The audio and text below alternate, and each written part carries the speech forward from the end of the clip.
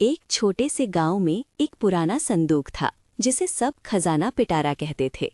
रानी और रवि, दो प्यारे भाई बहन, हमेशा ये जानना चाहते थे कि उसमें क्या है।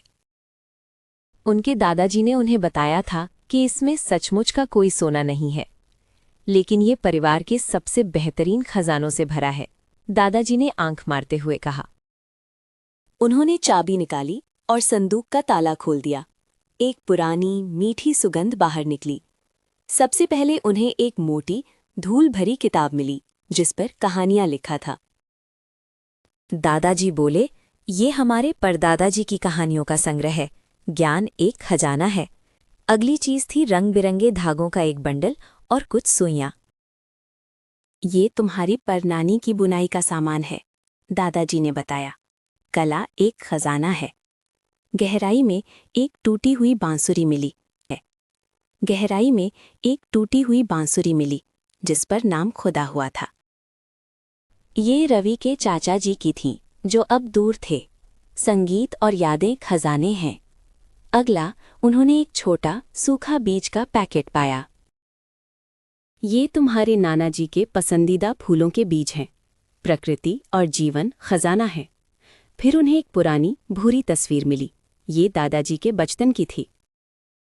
हर मुस्कान और अनुभव खजाना है, दादाजी ने मुस्कुराते हुए कहा। संदूक लगभग खाली हो गया था। रानी ने आखिरी चीज उठाई, एक छोटा शीशा। अरे, इसमें तो सिर्फ मैं दिख रही हूँ, रानी ने थोड़ा आश्चर्य से कहा। दादाजी ने प्यार से रानी का हाथ पकड़ा और धीरे से बोले, तुम भी एक खजाना हो मेरी प्यारी। उन्होंने समझाया, प्यार, दया और तुम्हारी मुस्कान किसी भी सोने से ज्यादा कीमती है। प्यार, दया और तुम्हारी मुस्कान किसी भी सोने से ज्यादा कीमती है। अगले दिन रानी और रवि ने ज्ञान का खजाना खोला, कहानी की किताब। उन्होंने जंगल के बहादुर राजकुमार और उड़ने वाले पक्षी की कहानी पढ़ी। फिर उन्होंने कला का खजाना इस्तेमाल किया, रंगीन धागे। उन्होंने दादाजी के लिए एक छोटा रंगीन रुमाल सिलने की कोशिश की। रवि ने चाचा जी की पुरानी बांसुरी को साफ किया और उसे रखने के लिए एक विशेष स्थान बनाया। उन्होंने प्रकृति के खजाने का उपयोग किया, फूलों के बीज। वे रोज उन्हें पानी देते थे और उनके बढ़ने का इंतजार करते थे। उन्होंने दादाजी को उनके बचपन की तस्वीर दिखाई और उनसे ढेर सारी कहानियां सुनी। रानी ने शीशे में देखा और अपने चेहरे पर एक बड़ी सच्ची मुस्कान देखी।